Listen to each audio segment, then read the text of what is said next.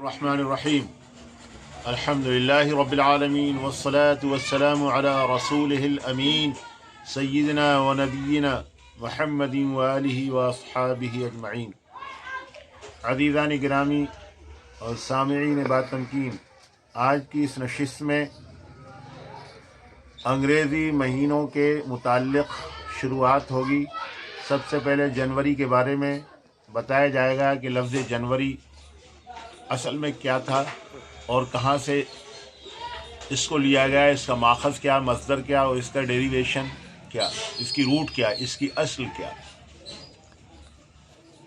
ساری دنیا جانتی ہے، تقریباً اہل علم پڑھے لکھے لوگ اس حقیقت سے آشنا ہیں کہ انگریزی تقویم یعنی انگلش کیلنڈر کے اندر اسی دور میں صرف 10 مہینے ہوتے تھے، جن کا آغاز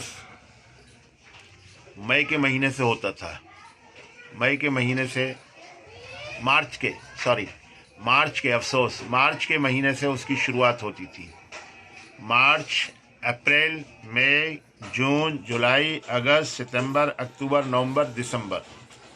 تو مارچ کی سے شروعات ہو کر اور انگریزی تقویم انگلش کیلنڈر وہ دسمبر پر ختم ہو جاتا تھا۔ یہی وجہ ہے کہ دنیا کی بینکوں کا اور مالیاتی اداروں کا اور سرمائی اداروں کا جو حساب کتاب ہے اور اکاؤنٹ فرنشنگ ہے وہ مارچ میں ہوتا رہا ہے اور غالباً اب بھی ہوتا ہے، کیونکہ مارچ جو ہے وہ سال کا آغاز، سال کا پہلا مہینہ ہوا کرتا تھا۔ تو وہ دستور اور وہ روایت اور وہ ٹریڈیشن اور وہ پرمپرا آج تک تقریباً جاری ہے مالیاتی اداروں میں۔ بہرحال اب جو ہے عالمی تقویم انگریزی کی اور انگلش کیلنڈر، انٹرنیشنل کیلنڈر جو گریگورین پوپ نے کے زمانے میں بنا اور اس کی تجویز سے بنا، آج اس کو انگلش کیلنڈر اور عالمی تقویم انٹرنیشنل کیلنڈر کہا جاتا ہے، جس میں 12 مہینے ہیں۔ 12 مہینوں میں سب سے پہلا مہینہ جنوری ہے۔ جنوری کے بارے میں آج آپ حضرات سے ہم محو گفتگو ہیں۔ لفظ جنوری ظاہر ہے کہ سال کی شروعات یہیں سے ہوتی ہے، پہلا مہینہ ہے، اور سال کب ختم ہوتا ہے، کب شروع ہوتا ہے؟ ظاہر ہے کہ سال کا آخری دن اور ہر دن جو ہے وہ جب رات کے 12 بجتے ہیں، گھڑی کی سوئی 12 کے عدد پر پہنچتی ہے تو تاریخ ختم ہو جاتی ہے اور اگلے دن کی تاریخ شروع ہو جاتی ہے۔ یہیں سے بات بھی واضح ہو جاتی ہے کہ اسلامک کیلنڈر، اسلامی تقویم ہی بالکل صحیح ہے۔ رات کا وجود جو ہے مقدم ہے دن پر، یعنی پہلے رات بعد میں دن۔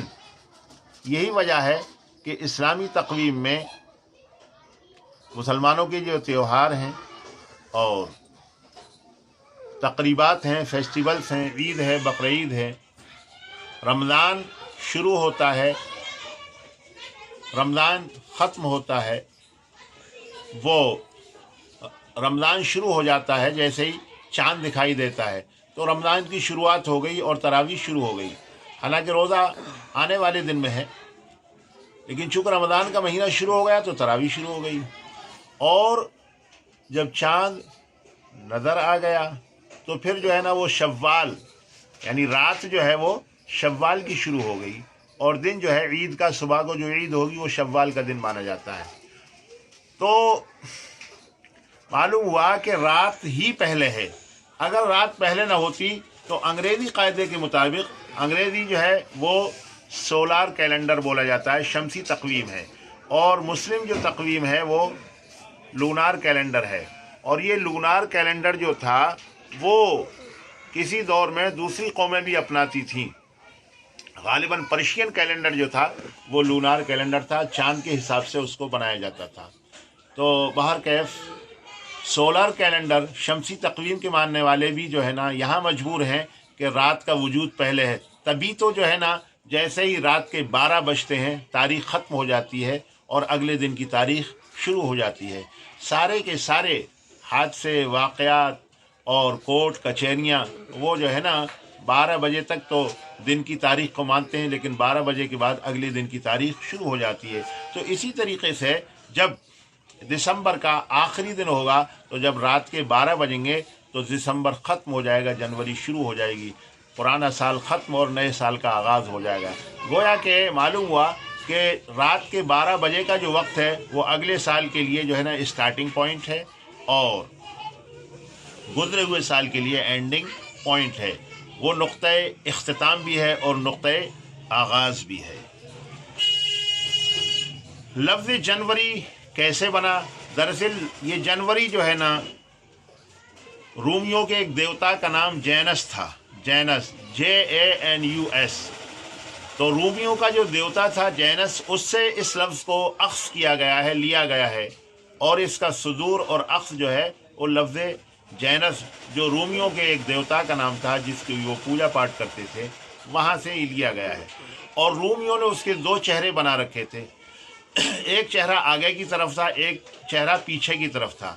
تو ایک چہرے سے وہ پیچھے کی طرف گھورتا تھا یعنی ماضی کی طرف، اور دوسرے چہرے سے وہ مستقبل کی طرف، سامنے کی طرف دیکھتا تھا، گھورتا تھا۔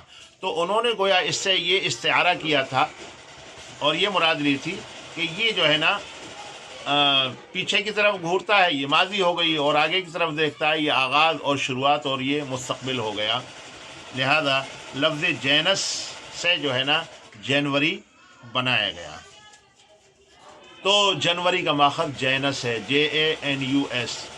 انگلستان کے جو باشندے تھے یعنی انگلینڈ نیٹو پیپل اور انگلش پیپل، ان کے ہاں یہ لفظ نہیں تھا، ان کے ہاں یہ لفظ نہیں تھا، جنوری کے لیے یہ لفظ نہیں تھا، بلکہ جو ہے نا لفظ جنوری کی جگہ، چونکہ یہ رومیوں کا لفظ ہے، رومی تقویم میں اس کا استعمال ہوا، انہوں نے انگلستان والوں نے، انگلینڈ والوں نے اس کو متبنہ کیا یعنی اڈاپٹ کیا، اس کا اڈاپشن کیا ہے، اس کا متبنہ کیا ہے، اس کو انہوں نے لیا ہے ان سے۔ تو جب یہ مہینہ، اس مہینے کا نام ان کے یہاں نہیں تھا تو اس مہینے کی جگہ، اس مہینے کے نام کی جگہ وہ کون سا لفظ استعمال کرتے تھے؟ تو تاریخ کے اندر ہے کہ وہ لوگ جو ہے نا تھرائی ملک، THRI، تھرائی ملک کا لفظ جو ہے نا وہ استعمال کرتے تھے۔ تھرائی منتھ نہیں، وولف منتھ اس کو جو ہے وہ کہا کرتے تھے، WOLF، وولف مانے بھیڑیے کے آتے ہیں، اور MONTH منتھ مانے مہینے کے آتے ہیں۔ منتھ بھی دراصل مناتھ تھا، MUNATH، مناتھ سے جو ہے نا لفظ منتھ جو ہے بنایا گیا ہے۔ یہ بھی کسی اور زبان کا لفظ تھا، یعنی انگریزی والوں نے لفظ مناتھ سے جو ہے منتھ بنایا ہے۔ تو وولف منتھ جو ہے وہ انگلستان والے اس کو کہا کرتے تھے۔ وولف منتھ کیوں کہا کرتے تھے؟